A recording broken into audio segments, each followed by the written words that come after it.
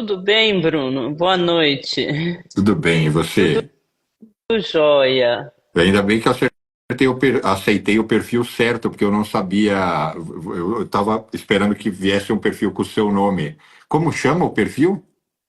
Difference é o nome da nossa consultoria, tá? E normalmente eu faço as lives através da consultoria.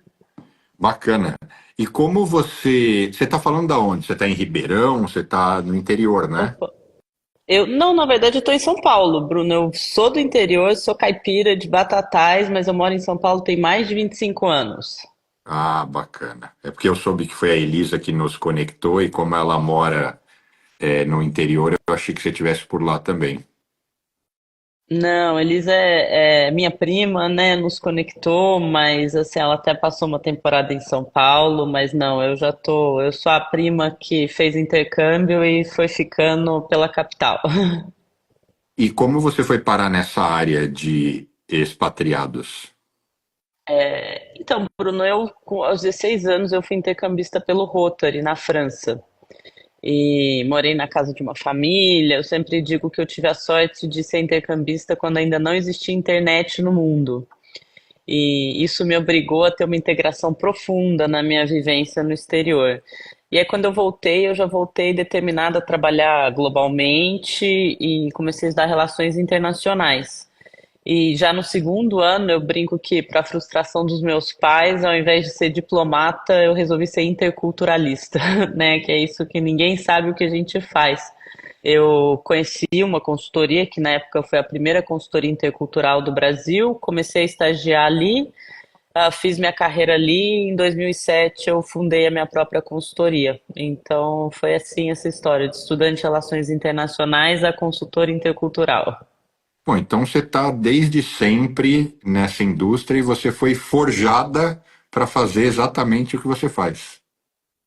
Exatamente, eu tenho o privilégio de poder contar isso, viu? Porque sempre foi uma área que fui apaixonada, sigo apaixonada e me encontrei nessa profissão que era muito pouco conhecida no Brasil, e que acho que faço parte aí da disseminação, inclusive, desse conhecimento dentro do nosso território. E sim, sigo fazendo isso. E o seu forte ou foco é o inbound ou o outbound? Eu não sei nem se vocês chamam assim.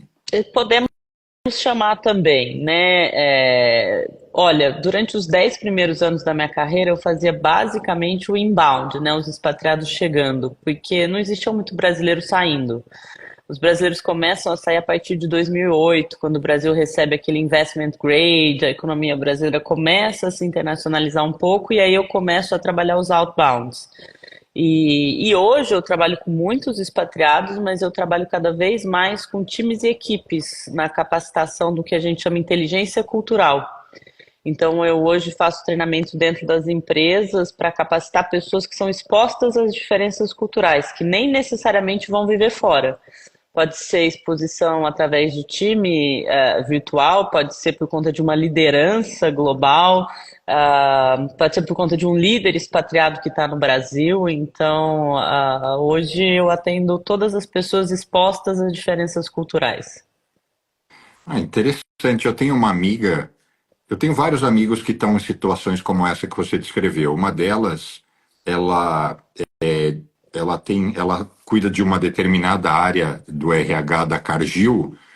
E o time dela é global e ela está aqui em São Paulo. Então, assim, os subordinados estão nos mais diversos países, a chefe dela está nos Estados Unidos, mas, assim, é essa pluralidade, esse mix, né, total, como você acabou de descrever. Exatamente, tá? Eu atendo cada vez mais esse tipo de situação. Até porque hoje os conhecimentos da área nos apontam que os treinamentos de expatriados são fundamentais, mas se tiver que escolher, é melhor treinar a equipe dele do que a própria pessoa expatriada. Porque a pessoa expatriada ela é uma, né? A equipe normalmente são vários que vão estar vivendo ali choque cultural. Então, por isso que cada vez mais a gente valoriza o treinamento de times e equipes. E aí, quando você fala treinar, se eu falar besteira, você me corrige. É desde explicar e falar assim, galera, o Bruno é alemão. Ele vai chegar aqui e é normal, ele chega e não dá bom dia para ninguém, ele entra na sala dele porque essa forma educada ele acha que não está te atrapalhando. É isso? A gente fala sobre isso também, tá? Que aí são características específicas, né? Mas a gente vai falar muito do que é processo de internacionalização de pessoas, né? Das dores que esses expatriados têm que a gente não se dá conta. Então, existe uma visão de que o expatriado é alguém que está muito bem resolvido, ganhando bem, vivendo num bairro bom, com uma viagem internacional de luxo paga pela empresa, né? O que muitas vezes não gera empatia nos locais. Então, também é parte do meu trabalho mostrar que a vida deles também é cheia de desafios. E, dentre os desafios, isso, entender como é que a gente agrada outras pessoas de outras culturas, né? Principalmente numa cultura brasileira em que existe o imperativo da simpatia e do agradar, e grande parte do mundo não trabalha com esse imperativo na vida profissional. Vamos explorar, esse ponto é muito bom, porque eu morando aqui em Nova York, eu vivo uma realidade que às vezes não é simples de descrever para as pessoas, né? Mas esse exemplo que eu dei da ausência do bom dia, primeiro, eu fui criado pelo meu avô era alemão. Então, ele tinha o hábito de chegar no escritório e não necessariamente ele dava oi, porque ele falava: se eu sair dando oi para todo mundo, primeiro que eu vou perder muito tempo, segundo que eu vou atrapalhar todo mundo, porque era um escritório de advocacia, ele era advogado, e tá todo mundo ali redigindo uma petição. Se cada um que chega ou sai fala oi ou tchau, vira um caos. E eu absorvi isso. E aí, nos meus negócios, eu chego e não dou oi para ninguém, eu sempre fiz isso. E as pessoas sempre estranharam muito, porque elas acham que é indelicado. E no fundo, eu fazia isso com a melhor das intenções. Então, vamos explorar as situações que você já vivenciou, o que você ensina para as equipes e para os que estão chegando. Eu acho que vai ter muita história interessante aí para a gente explorar. Olha, tenho muitas, tá? Mas eu acho que o que você está trazendo fala de culturas que partem de um princípio de respeito à privacidade do outro versus culturas que têm o imperativo da simpatia, né? Então, a gente sempre quer acreditar que todas as partes têm boas intenções. Agora, o que é respeito para uma cultura não é respeito para outra, né? É que a gente entra num debate polêmico, interessante, mas assim, na nossa área, a gente não acredita que we are all human after all, né? Que todos somos humanos. Claro que todos somos humanos, mas a cultura modifica tanto a gente a ponto de valores muito primitivos nossos não coincidirem, que vão de como se atua no ambiente de trabalho, a questões de higiene, a questões de estilo de comunicação, a questões de gerenciamento de tempo. Tudo isso se diferencia muito de cultura para cultura. E é onde o que não é mal intencionado, que é apenas diferença cultural, acaba se tornando, na grande maioria das vezes, conflitos interpessoais. Porque aí não é que o Bruno está pensando na privacidade do outro, no respeito ao tempo do outro, é que o Bruno é um cara mal educado, né? E é esse tipo de conflito que a gente gerencia no dia a dia das empresas. Porque aí você recebe um e-mail no subtítulo, né? Me mande o relatório até sexta. A pessoa não te diz: oi, como é que você tá? Tudo bem? Seria possível me mandar o relatório até sexta? Aí o brasileiro já nem responde o e-mail, né? Então, já pega mal com a pessoa, porque a gente leva tudo pro pessoal, é uma característica da cultura brasileira. Então, a gente tenta trabalhar todas essas questões aí que fazem parte de cultura, prerrogativas religiosas, comportamentais, costumes, comunicação, tudo isso faz parte do meu dia a dia. Não, mas vamos pegar esse exemplo do e-mail. Eu tenho certeza que você mencionou isso porque acontece. E como você é, intercede? Como é isso? Quais as culturas que têm esse nível de objetividade? Conta mais.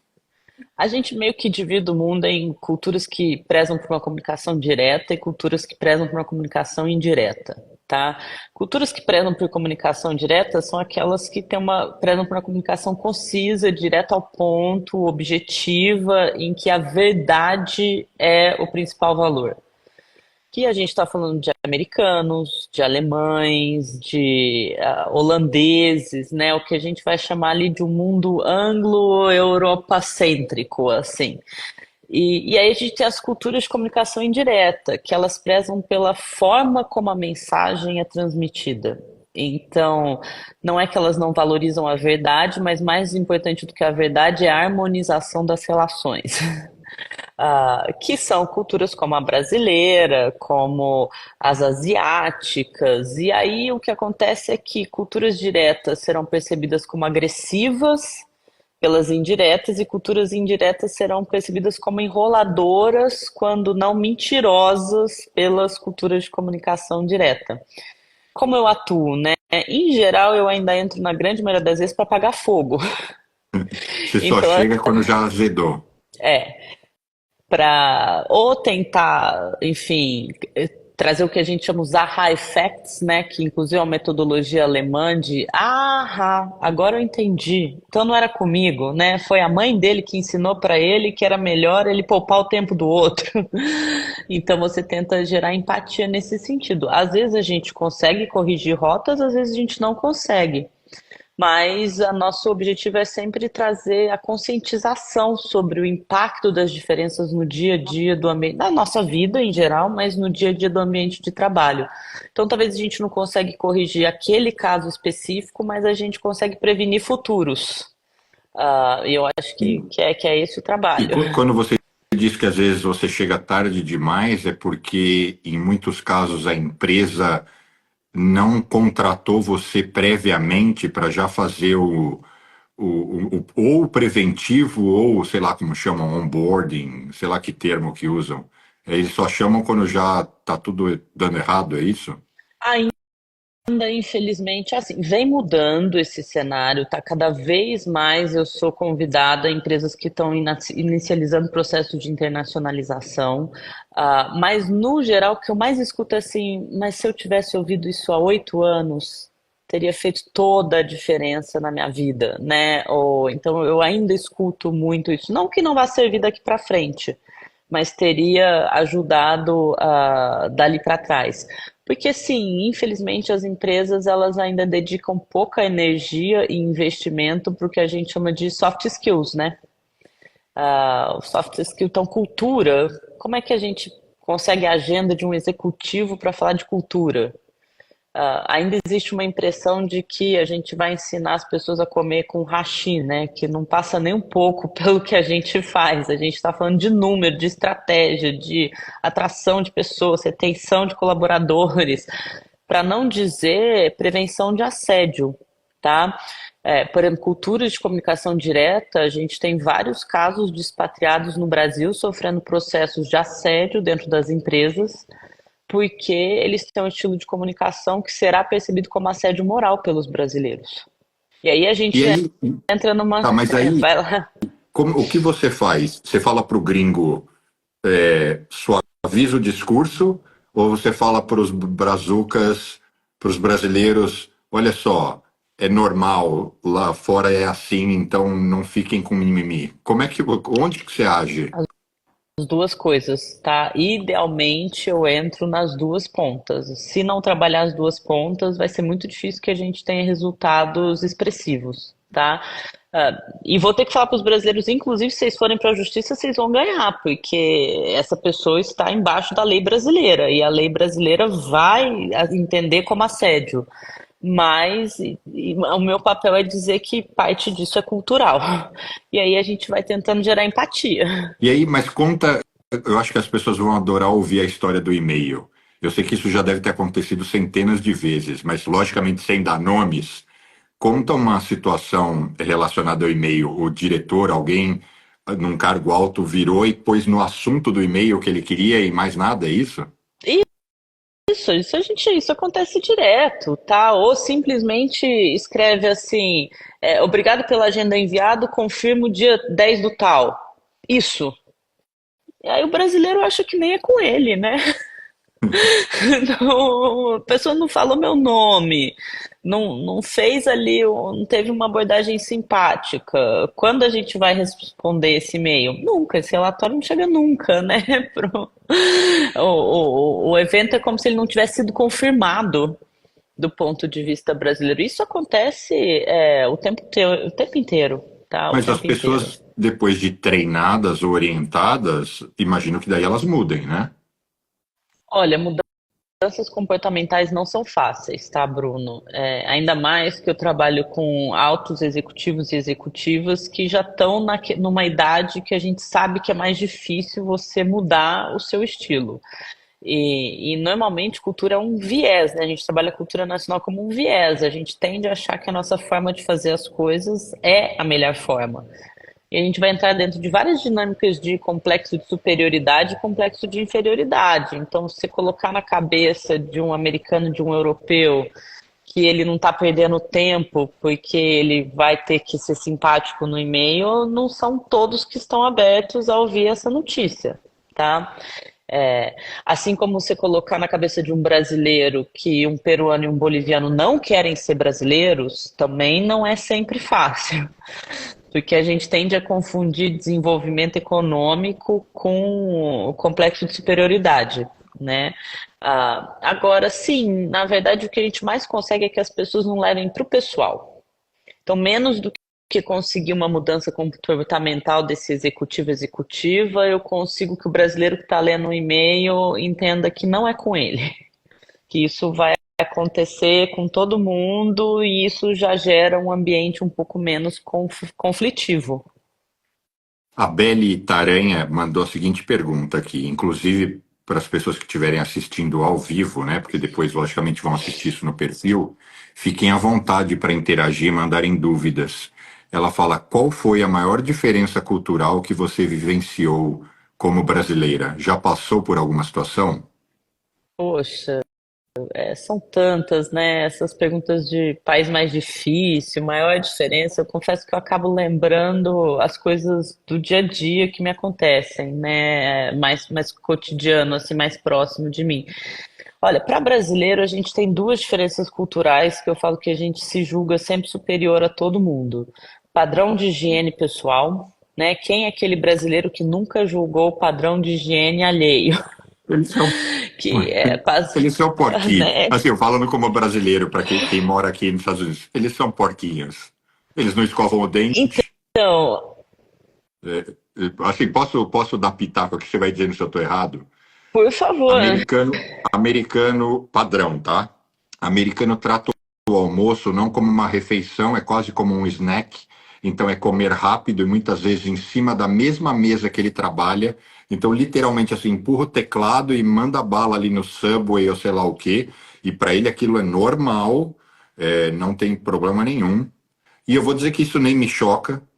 Ele vai acabar o almoço, assim como ele acaba o café da manhã, ele não vai escovar o dente. Então, se você se você encontra com alguém no banheiro, eu, no meu caso, no prédio do meu escritório, na hora do almoço, e eu tô passando fio dental ou escovando o dente, eles falam assim: Nossa, você está escovando o dente? Como se fosse. O que que aconteceu, né? Você está com algum problema? Deixa eu lembrar o que mais. Aí é uma crítica minha que você vai rir, talvez. Mulher acorda e vem do jeito que ela acordou, ela vem com o mesmo cabelo trabalhar. E a gente está acostumado com mulher brasileira que se produz, é vaidosa. Assim, mulher brasileira, uma boa maioria, ela não vai acordar e não vai nem na padaria do jeito que ela acorda. Aqui, a mulherada sai de pijama na rua, literalmente, ainda mais em Nova York, né, que é muito ninguém nem aí.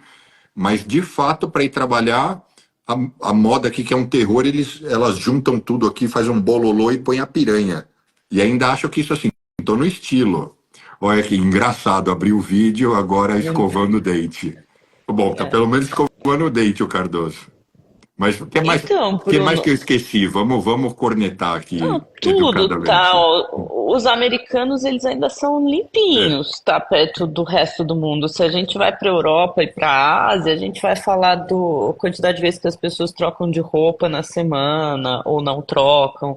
A gente vai falar da quantidade de vezes que as pessoas lavam lençol ou roupa de cama ou toalha. A gente vai falar de lavar louça com água corrente ou na lava-louça, limpar a casa, né? Quem que limpa a casa no mundo? Agora, você tá me ajudando, desculpa. Americano coloca tudo que você pode imaginar dentro da máquina de lavar louça.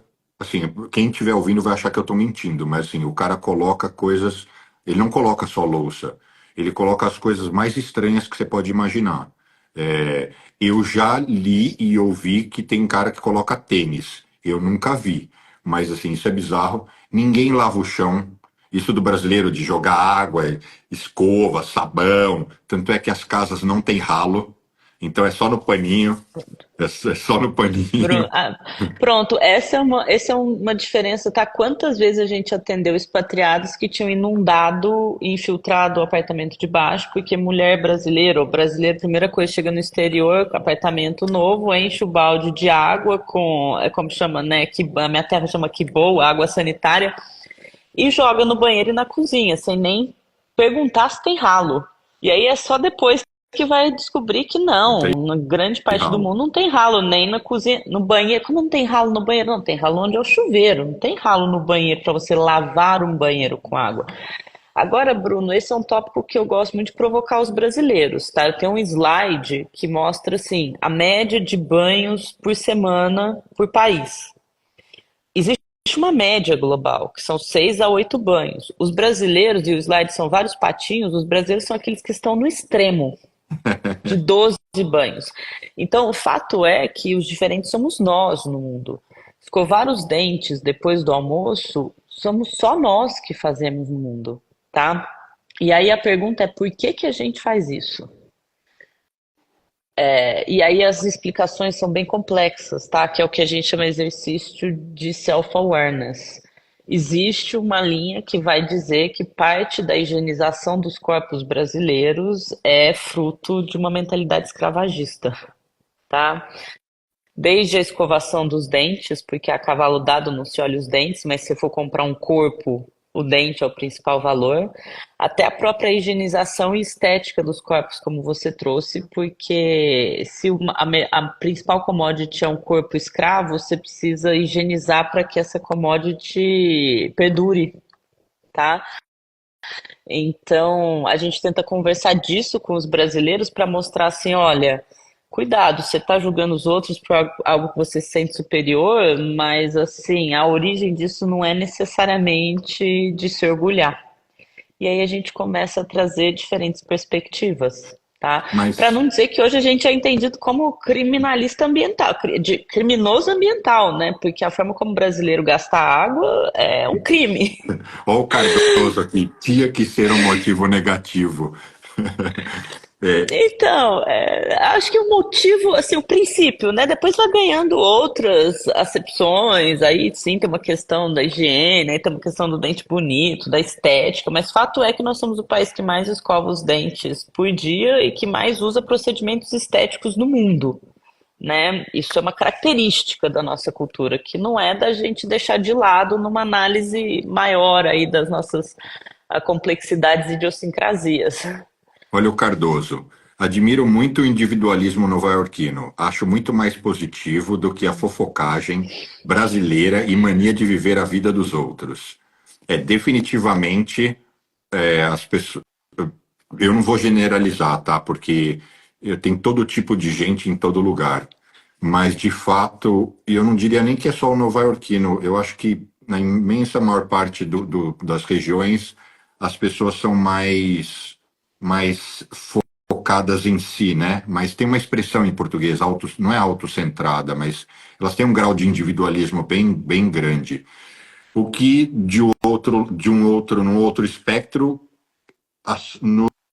nos assusta porque também é muito difícil de você se aproximar e criar laços, né?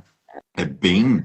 Então, o meu trabalho é não achar melhor e pior, É tá? harmonizar. harmonizar. Então, assim, não é que o brasileiro é fofoqueiro, é que brasileiro soluciona conflito de uma maneira extremamente sofisticada através de uma comunicação indireta, tá? E asiático também faz isso. Em geral, são culturas que são relacionais. E culturas que são relacionais, elas tendem a tentar preservar a harmonia das relações, tá? Americanos são muito mais transacionais, mas também sociedades menos hierárquicas. As culturas mais diretas do mundo são os norte-americanos, os estadunidenses e os holandeses, porque existe um princípio de horizontalidade. E aí o meu ponto de vista vale tanto quanto o seu, we agree to disagree. Culturas relacionais, we don't agree to disagree. Porque a gente tem que harmonizar as relações, tá? E tem super vantagens nisso. Eu falo, o brasileiro tem essa habilidade incrível de concordar com duas pessoas que discordam. Isso não é pouca coisa, não. Uma característica diplomática nossa que pode, se bem utilizada, poderia ajudar muito o mundo em vários conflitos que você não sabe o que as pessoas entram. É, Deixa eu trazer uma situação e aí eu quero ouvir sua opinião. Como é que você lida com isso e quais os casos que você enfrenta? Uma das coisas que mais não é me chocou, mas que de uma certa forma eu falava, porra, isso é foda, hein? Isso é difícil. É muito comum, no meu caso, que eu trabalho com fusões e aquisições, quando a gente está no meio de uma grande operação, assim, não, no Brasil, né? Falando na realidade Brasil, é meio que automático. As pessoas sabem o seguinte: hoje a gente só sai a hora que acabar, e se não der tempo de comer, vai sem comer e vambora. O americano, a não ser que seja aquele cara ultra sênior, que daí está envolvido e vai embolsar uma tremenda grana, quando você passa de um certo limiar para baixo, e que você depende às vezes dessas pessoas. Você está no meio de uma transação, você tem o cara que tem que preparar as planilhas, algumas outras coisas, avaliar o fluxo de caixa. O cara chega e fala: Sol, tô indo, deu 5 horas. E assim, ouse você dizer para ele: não, não, pô, estamos aqui no meio do negócio. Ele vai dizer: não, não, tenho minha vida, tô indo embora. O brasileiro, eu até acho que tem gente que até brinca e fala, não, o brasileiro faz isso, mas sei lá, é um cara muito operário, e olhe lá, porque eu acho que nem o operário ele tem aquele senso de, ele é servil, né? Ele fala assim: ô doutor, ô patrão, precisa de mim? Tamo aí, é nóis. É, então, um cara mais qualificado no Brasil, então, ele dá a vida ali pelo trabalho e fala, tamo junto. Você já enfrentou esses problemas nesse idas e vindas e o que já aconteceu e como resolveu isso? o tempo inteiro, tá, Bruno? Esse é o maior desafio de empresas brasileiras atuando na Europa, porque o brasileiro, a empresa brasileira, ela precisa que o europeu trabalhe um pouco no fuso brasileiro, que sempre vai ser mais tarde, porque a gente tem esse costume de ficar até mais tarde no trabalho. E isso gera uma percepção de que o europeu não veste a camisa, porque o europeu vai fazer exatamente o que o americano faz, que é 4 horas caiu a caneta. E ainda vai falar assim: não sou eu que não sou flexível, é vocês que são mal organizados e mudam de ideia o tempo inteiro, o que também é verdade. Né? E aí o que acontece é que as empresas acabam mandando um monte de brasileiro para fora para fazer o que o europeu e o americano não fazem. E essa é uma solução ruim, porque você gera o nós e o eles, tá? E você não engaja os locais. E eu tento mostrar para os brasileiros que os chineses têm o mesmo problema com a gente. Porque aí, quando a gente vai para a China, aí nós somos os que não trabalhamos suficientemente para os chineses, né? E eu falei: nós temos 200 milhões de brasileiros para mandar para fora. Os chineses têm 1,4 bi de pessoas. Então, imagina o que eles vão fazer com o Brasil se eles seguirem a nossa estratégia. Tá? Mas sim, isso parte de um princípio de que o americano, principalmente esse que você está abordando, ele é um cara que lá atrás escolheu uma vida de classe média alta. E o que ele quer da vida é 4 horas cair a caneta e ele vai jantar com a família dele. Isso é valor para ele. No Brasil, que ou você é muito rico ou você é muito pobre, você está sempre se esforçando além da conta, né? É um pouco esse sentido de matar um dragão por dia que a gente tem na América Latina, que não é percebido como work-life balance, nem por europeus, nem por americanos. E nessa empresa brasileira que eu estava atuando na Alemanha, a gente tentou resolver isso num workshop como esse. E os alemães viraram para os brasileiros e falaram assim: vidas foram perdidas para que a gente pudesse sair às 5 da tarde. Não serão vocês que vão chegar aqui com o imediatismo, a imaturidade, a desorganização de vocês para fazer a gente ficar além do horário, tá? Uma vez ou outra, a gente pode, nós não somos inflexíveis. Agora, isso vira rotina no ambiente de trabalho brasileiro. É E aí, verdade. para eles, é falta de organização, Sim. é imediatismo. E o pior é que, assim, depois de tantos anos aqui, eu fui aprendendo que tem muito a ver com isso, e eu fui aprendendo que eles conseguem ser tão ou mais produtivos que as operações, quer dizer, eles são mais, definitivamente, eles são mais produtivos que as operações no Brasil. Mas porque toda a dinâmica é diferente. É a objetividade no e-mail, é o menor número de pessoas para fazer as mesmas tarefas, é outra dinâmica. Então, realmente, eles são mais produtivos. Olha, antes de eu devolver para você, a Andrea, eu sou psicanalista e atendo muitos expatriados, e a imersão em uma cultura diferente vem com muita força e em forma de sofrimento na clínica. Imagina o que ela enfrenta. Você conhece ela? Vocês são amigas? Não Não? conheço a Andrea, mas conheço bastante a psicanálise. Já volto para a Andrea, só respondendo ao ponto anterior que eu vi que o Cardoso ali está trazendo também, né? O americano tem 4 vezes mais produtivo, é 4 vezes mais produtivo que a gente. Isso fundamentalmente está atrelado à educação de base e acesso à tecnologia, tá? Que são essas questões que a gente não consegue resolver no Brasil. Você tem alguns poucos profissionais de ponta e muitos profissionais que fariam mais serviços no que é o contexto americano, né? Então, acho que essa que é a base da diferença de produtividade entre um brasileiro, um americano e um europeu. Acesso à tecnologia e uma educação de base de qualidade. Indo para a questão da Andrea, é o desafio que a gente tem com as famílias expatriadas, tá? Porque aí a gente vai atender a pessoa expatriada que é executiva, que vai ter desafios no dia a dia de trabalho, mas hoje o hot topic de mobilidade global é o atendimento ao cônjuge, tá? Que a gente chama de co-expatriado, que é a integração da dinâmica familiar numa outra cultura, tá? E aí, Andréia, a área é enorme, né? Tem uma área hoje que se chama psicologia intercultural, só para estudar os fenômenos que acontecem dentro das dinâmicas de imigração, que é uma área que eu sou profundamente apaixonada também, que é esse atendimento da dimensão pessoal e interior, né, da internacionalização. Olha o Frank Mello. Eu sou prova. Os americanos saíram há 2 horas e eu ainda estou aqui. Esse aqui está nos assistindo aqui dos Estados Unidos. O Frank, então Que a é gente uma está coisa dizendo. que um americano jamais faria, né? Apesar disso, a produtividade, a essa você leu do Cardoso, é que eu engasguei para trás. Mas e aí no meio da conversa você mencionou, você indiretamente tocou nesse ponto, mas eu vou explorar ele. E a falta de cumprimento de horário? Um brasileiro não marcar.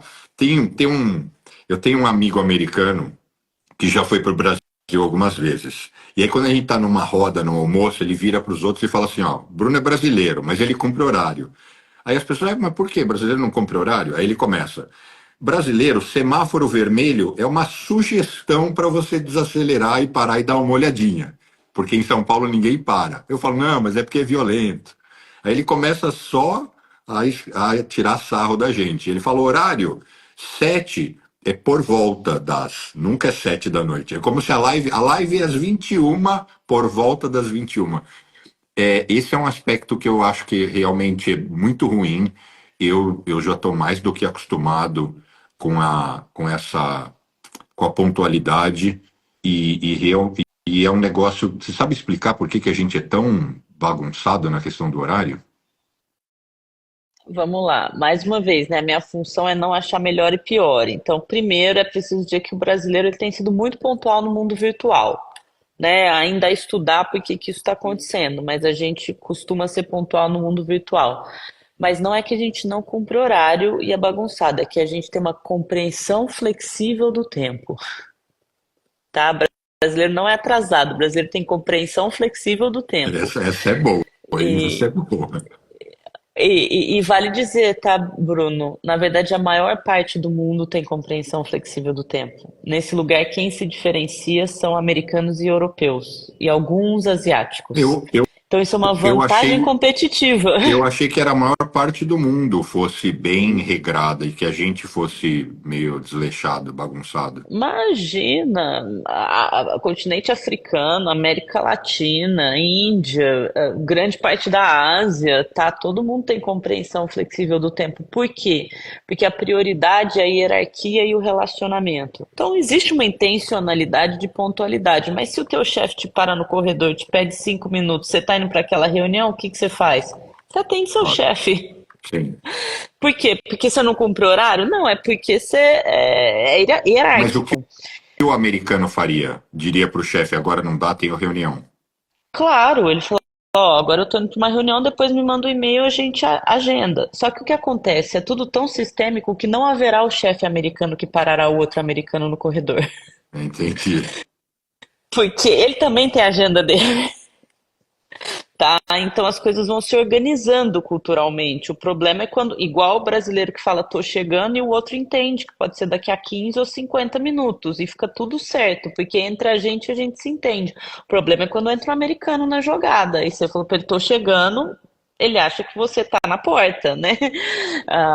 Então, esse que é o desafio, é quando alguém entra e fura o sistema. Isso que a gente chama de choque cultural. O brasileiro é um dos povos mais ansiosos, é o Cardoso. É um dos povos mais ansiosos e deprimidos do mundo. Por que a gente tem tanta dificuldade de reconhecer essas verdades que poderiam servir para melhorarmos efetivamente? Essa pergunta é para você, você que é a mestre. Então, honestamente eu gostaria de conhecer melhor os critérios dessas pesquisas sobre ansiedade e depressão, tá? O que eu acho é que sim, o brasileiro ele tem maior facilidade de falar sobre isso.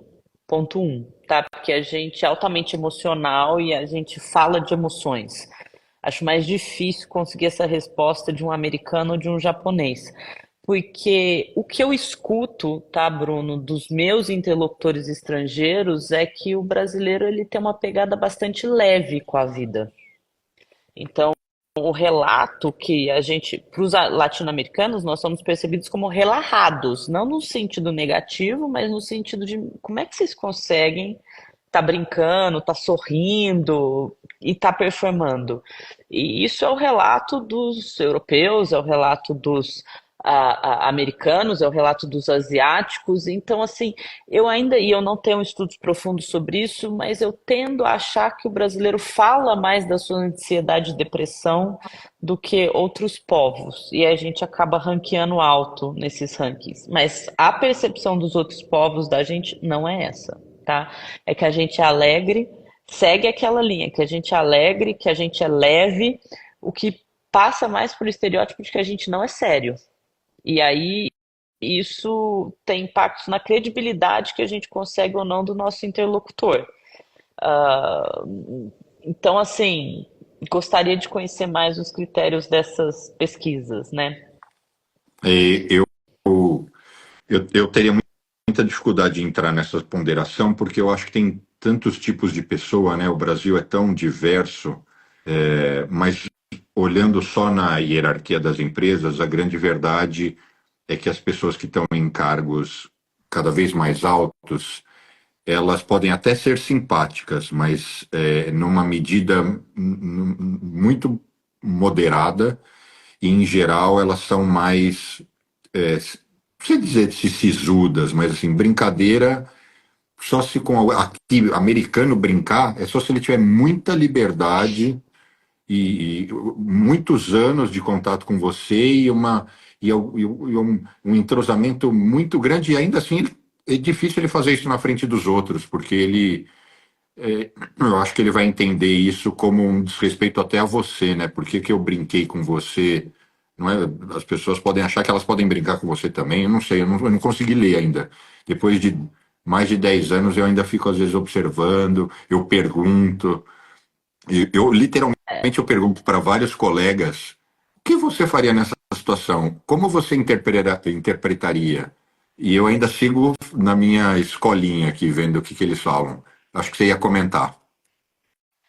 Não, é, eu aprendi numa imersão na Guiné Equatorial, que é uma colônia espanhola, que la risa abunda em la boca de los tontos, tá?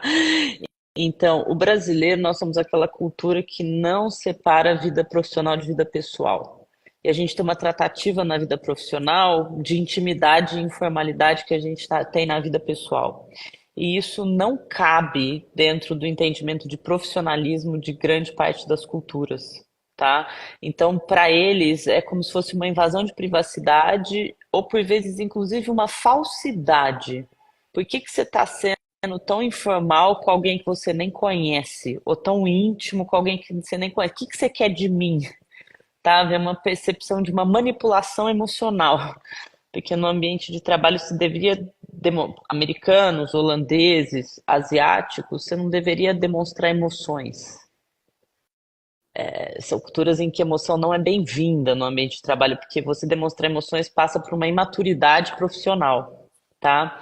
Então acho que tem esse choque aí. E acho que o fato da gente conseguir dar essas risadas e que, na verdade, é imperativo para o ambiente de trabalho brasileiro, faz com que muitas culturas não nos percebam com seriedade ou como se a gente estivesse realmente dando o nosso melhor. É, nossa, eu tenho tantas perguntas. Eu vou sair um pouco aqui dessa linha que a gente está seguindo, só para entender o seguinte: hoje você atende só grandes organizações, ou se alguém que está nos assistindo aqui, porque o Frank escreveu, ele está aqui, não sei se em Nova York, né, mas está nos Estados Unidos. Se alguém que estiver passando por dificuldades mesmo de falar o seguinte: eu quero ser bem visto, eu quero construir minha reputação. Eu fui transferido, eu estou agora aqui nos Estados Unidos, ou vice-versa, não importa. E eu adoraria escutar um pouco, marcar um papo com a Mariana para eu receber um trabalho, não sei se é de coaching, sei lá como é que definiria, de consultoria. Você faria isso também? A gente tenta, a gente tem um serviço que chama orientação intercultural, que é para exatamente esse tipo de perfil que você está me trazendo. Em geral, os nossos atendimentos são B2B, tá? Eu trabalho com grandes empresas, mas vez ou outra aparece necessidade de orientações individuais, e aí a gente tem esse serviço que a gente não chama de coaching, a gente chama de orientação intercultural, que funciona como sessões de coaching, e aí a gente faz um programa a depender da necessidade ali daquela pessoa. Eu acho isso super válido, acho que isso potencializaria muito a carreira de alguém que eventualmente pode comer umas bolas bestas só por uma diferença cultural, né? Eu vou dar um exemplo de um aprendizado, de uma situação que eu tive aqui, e que eu não cheguei a dar bola fora, mas por pouco. Recém-chegado, estruturando o escritório, eu tive a sorte de um americano mais próximo dizer o seguinte: Bruno, você sabe conduzir entrevista, né? Eu, ué, como assim, pô? Trabalho há 20 anos. Ele falou: não, não, não é isso. É que você é brasileiro. E aqui, ele começou com essa fala. Ele falou: aqui tudo é assédio, aqui tudo é isso. Eu falei: pô, como assim? Ele falou: não, é uma chatice mesmo.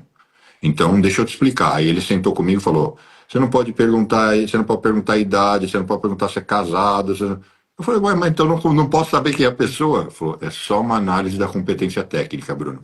Se você extrapolar, não estou dizendo que vão te processar, mas você está correndo um risco desnecessário. Então, se eu não tivesse tido aquela ajuda ali informal, a primeira coisa que eu ia falar é: quantos filhos você tem? Você é casada? Já ia, a pessoa já ia com certeza reagir mal, como assim, ela ia ou talvez me respondesse, mas ia reagir mal ou iria dizer, desculpa, por que você está me perguntando isso? E eu é que não ia entender porque a objeção de responder uma coisa que para nós é, numa entrevista no Brasil, é normal, né? Não sei se a legislação mudou, mas acho que não. Vem mudando um pouquinho, mas sem dúvida, a gente tem uma abordagem ainda muito mais personalista do que grande parte das culturas, tá? E eu acho que esse é o nosso trabalho também, tá, Bruno? As empresas acabam nos contratando para evitar que os seus executivos, suas executivas, passem por situações como a sua, porque sim, muitas vezes gera processo, tá? Então, também tem esse fator risco aí que as empresas começam a olhar mais para fatores culturais, né? Uma vez eu tive um caso de uma juíza que veio me procurar, a juíza do trabalho, porque brasileiros estavam querendo processar a empresa sul-coreana porque eles se sentiam assediados a beber com seus líderes. E aí a juíza do trabalho disse, Mariana, é cultura ou é assédio, né? Eu assim, olha, que bom que eu não estou no seu lugar, porque sob a lei brasileira é assédio, sob a lei coreana é cultura. Então, é por isso que o Tribunal Penal Internacional não dá conta, né, das questões de diferentes países, porque não existe um senso comum global. E isso desde fatores de contratos, né? Como é que se assina um contrato, até por que se escova os dentes. Olha, eu tive uma empresa francesa que separou o banheiro dos franceses dos brasileiros, porque os franceses acham nojento o hábito de se escovar os dentes depois do almoço. É. Então, assim, vai para. E quantas vezes eu sou convidada, quando o RH me liga assim, Mariana, eu tô com um problema aqui. Eu tô com um líder francês, indiano, alemão, e a equipe dele não está conseguindo se concentrar nas reuniões. O que que o RH está me contando? Que tem um problema de odor corporal em pauta, tá? E aí, como E cabe a resolver mim ir isso? falar com esse líder. Aí eu mostro o slide lá dos patinhos pro líder e falo, tá vendo? Nessa cultura nós somos diferentes e isso gera. E a gente faz toda uma narrativa de sempre falar sobre diferentes perspectivas, Mas aí o tá? cara se liga que ele tá fedendo? Eu conto, eu falo com todas as letras. Eu não falo que ele está fedendo. Eu falo que nós brasileiros nós temos baixa tolerância a cheiro de corpo. Entendi. É um bom jeito de dizer, olha, meu querido, você tá com CC. Ah, mas, por exemplo, Bruno, na Ásia nós cheiramos a leite, eles também não gostam. Na África nós cheiramos a morto, porque só o Brasil. Você sabe que é um pecado do brasileiro, né? Um passo falso globalmente, que a gente usa muito perfume em conferência internacional. Isso incomoda os nossos interlocutores globais, tá? Porque na África, por exemplo, eu aprendi que nos alguns países que eu estive, que você só passa tanto perfume no corpo do morto. Então, tá com um brasileiro é igual se tivesse com um defunto. Então, é tudo relativo, tá? E é disso que eu vou conversar com o líder. Só que eu vou falar que você tá aqui. E aqui a gente tem baixa tolerância a ACC. E, em geral, eles processam bem isso e acabam resolvendo o problema, porque também possivelmente é um hábito dele. Ele não tá acostumado a entrar todo dia no chuveiro e vai ser um esforço para ele, né?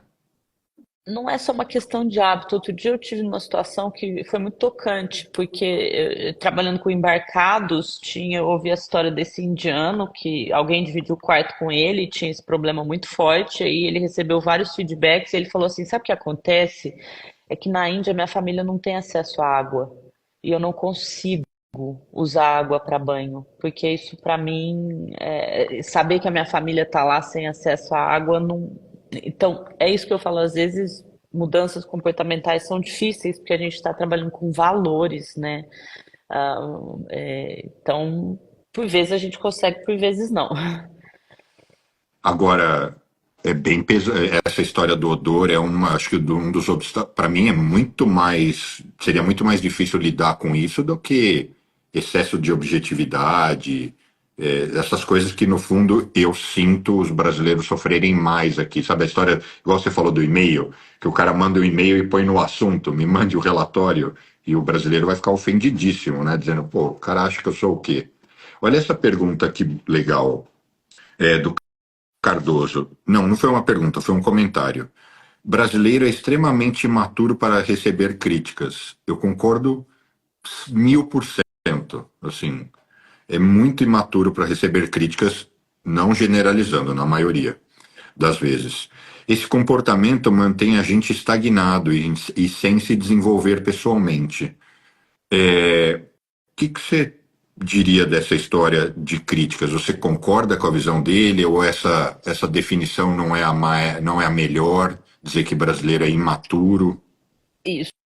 Eu concordo que a gente tem dificuldades em receber críticas, tá? E agora, chamar isso de maturidade, aí a gente já entra naquele lugar de julgamento, tá?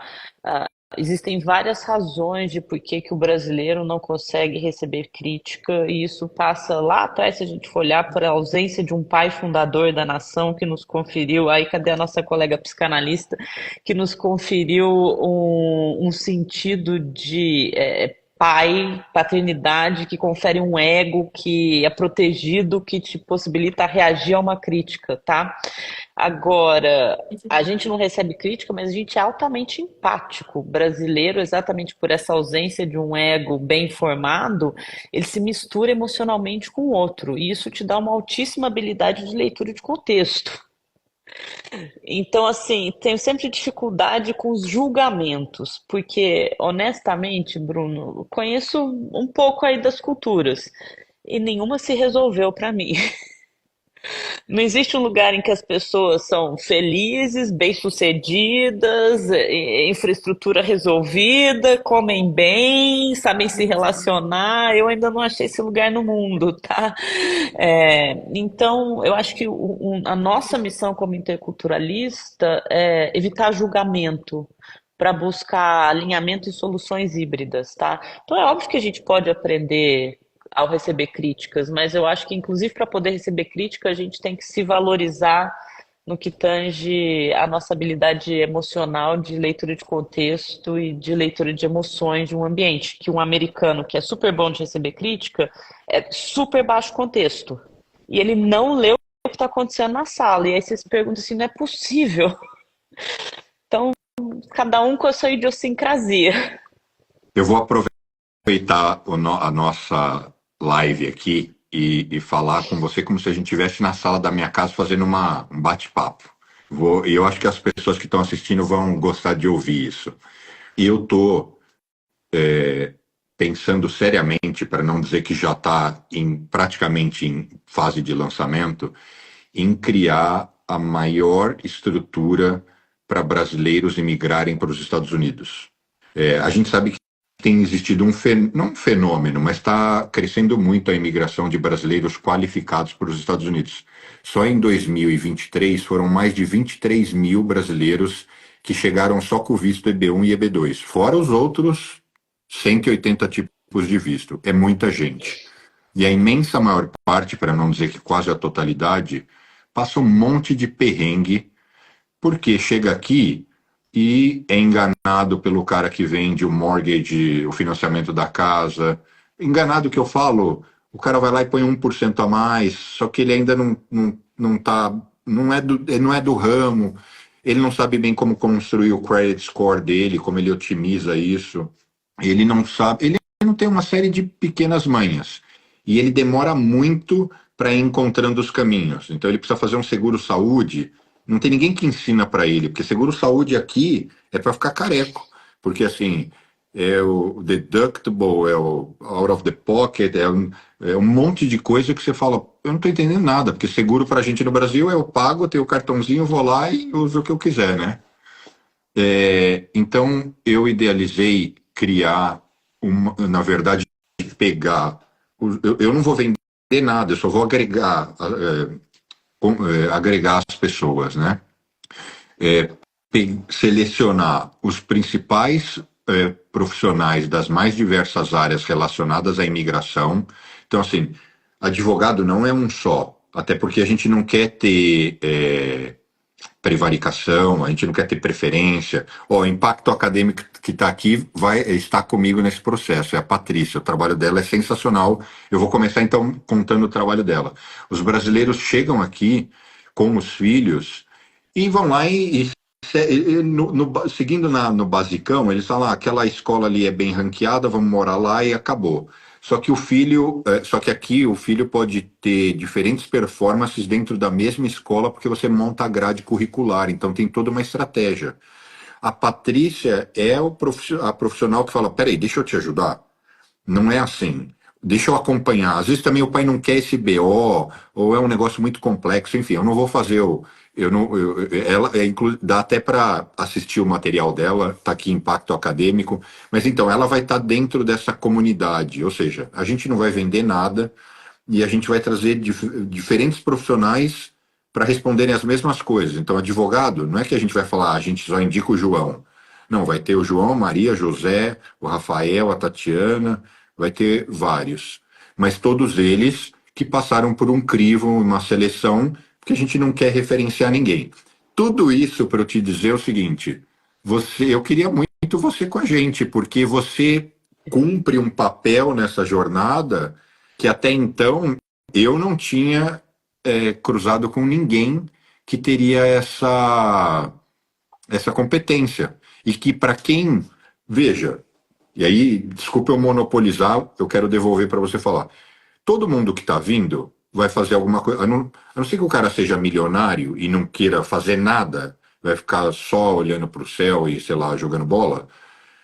Todo mundo que tiver uma vida economicamente ativa, ou vai ter um emprego, ou vai ter uma empresa. Se ele tiver um emprego, ele vai interagir com locais. Se ele tiver uma empresa, ele também vai interagir com locais, ele vai ter que contratar gente, liderar pessoas e vai ter clientes. Então, assim, a imensa maioria das pessoas vai precisar desenvolver essas habilidades. Então, é um convite público aqui. Esse negócio chama Imigre América, já tem um perfil no Instagram. A gente ia fazer um evento, a gente não conseguiu disseminar a mensagem com a velocidade que a gente quis, então agora a gente está redesenhando. Eu contratei 2 estrategistas que estão mexendo nesse negócio todo e eu vou antecipar que isso vai virar uma mistura de comunidade, curso online gravado, curso online ao vivo, para depois ter também a experiência presencial junto com os palestrantes. Então é o catadão do Bruno que eu estou brincando com o meu pessoal, estou fazendo o catadão do Bruno. Então é um convite aqui, mas tudo isso para te dizer que eu acho que você pode agregar muito. Poxa, Bruno, eu fico super honrada, tá? Conte comigo. Minha principal colaboradora, meu braço direito, é a Adriene, que é uma americana de Denver, que está no Brasil há 8 anos, e que começou a carreira dela no Brasil mandando estudante brasileiro para faculdades americanas. E é o nosso trabalho, tá? Hoje eu achei curioso que meio-dia eu fiz uma palestra pro HR Club de Miami, que são, não sei se conhece, pessoal da Annelise, porque são brasileiros que estão na Flórida e em outros lugares dos Estados Unidos, um grupo de RH que também está tendo seus desafios de integração na cultura americana. Então, sugiro também procurar ela aí, tá? Eu acho que é nosso papel. O que a gente faz é ponte que conecta a cultura. Esse é o lema da nossa empresa. Somos pontes que conectamos culturas. O Peter Drucker já dizia que cultura devora estratégia no café da manhã. E o que a gente mais vê é o pessoal indo com as estratégias pensadas a partir de um mindset da cultura de origem, sem considerar customização para a cultura de destino, né? Então conta com a gente sempre que precisarem dessas customizações de mindset. E você tem um monte de dicas, toques e coisas legais. Você é ativa nas redes, especialmente no Instagram, contando e dando essas dicas, dividindo esse conhecimento?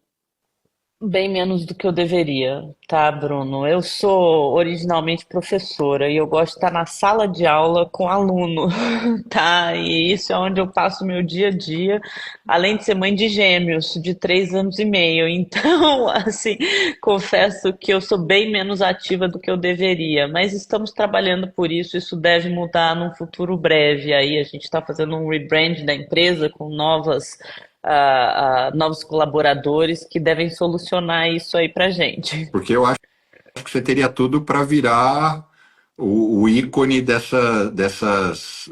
Porque essas histórias, no fundo, elas têm uma. você pode ter a pegada educativa, né, educacional, mas elas são engraçadas, elas de alguma forma são entretenimento. Contar que o cara cheirava mal, que o outro acha estranho que a gente escova o dente, eu falar que a mulherada americana chega tudo descabelada. Geralmente, quando eu falo isso para brasileiro nos meus encontros, eles dão risada, eles querem saber, é mesmo, mas como assim descabelado? Então, eu acho que isso teria tudo para você virar uma referência na internet brasileira dessa história. Eu gostei muito do papo. Vou querer que a gente marque outros e que você esteja com a gente aí nessa aventura aí que a gente está inventando, que, de novo, um monte de gente está comigo. A Patrícia, que está aqui nos assistindo do Impacto Acadêmico, é uma, mas tem outras. Por enquanto, tem já outros 31 profissionais. Então, agora com você, e a 31, Patrícia 32, com você 33. Então é isso.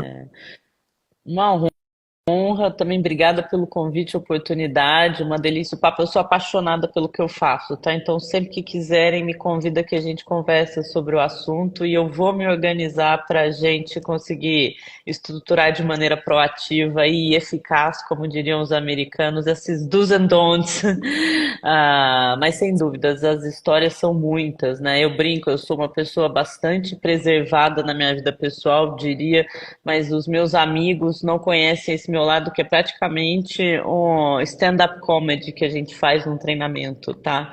Porque através do humor a gente acaba falando de coisas bastante profundas e desafiadoras, que são esses princípios diferentes aí de diferentes culturas. E você está convidadíssima para a gente gravar um podcast aqui no estúdio. Não sei se a Elisa contou e comentou com você que ela justamente fazia parte desse time que me ajuda a tocar o podcast aqui. Ela fazia várias coisas, né? Mas a especialidade dela era supervisionar a parte técnica, enquadramento, foco, finalização do material. Então ela deve ter te contado, né? Sem dúvida. Ó, faz como bom americano, manda o invite que eu já coloco na agenda e tá feito. Tá Combinado. combinado, não é um combinado brasileiro, hein? Tá. Então te espero aqui. Obrigado pelo papo. Obrigado a todo mundo que acompanhou a nossa conversa e que interagiu. E espero vocês de novo terça-feira que vem. E, Mariana, muitíssimo obrigado. Uma ótima noite. E quando eu estiver em São Paulo, eu te aviso para a gente se encontrar. Combinado, gente. Um abraço, boa noite a todos. Prazer falar com vocês. Abraço, beijo para todo mundo. Obrigado. Tchau.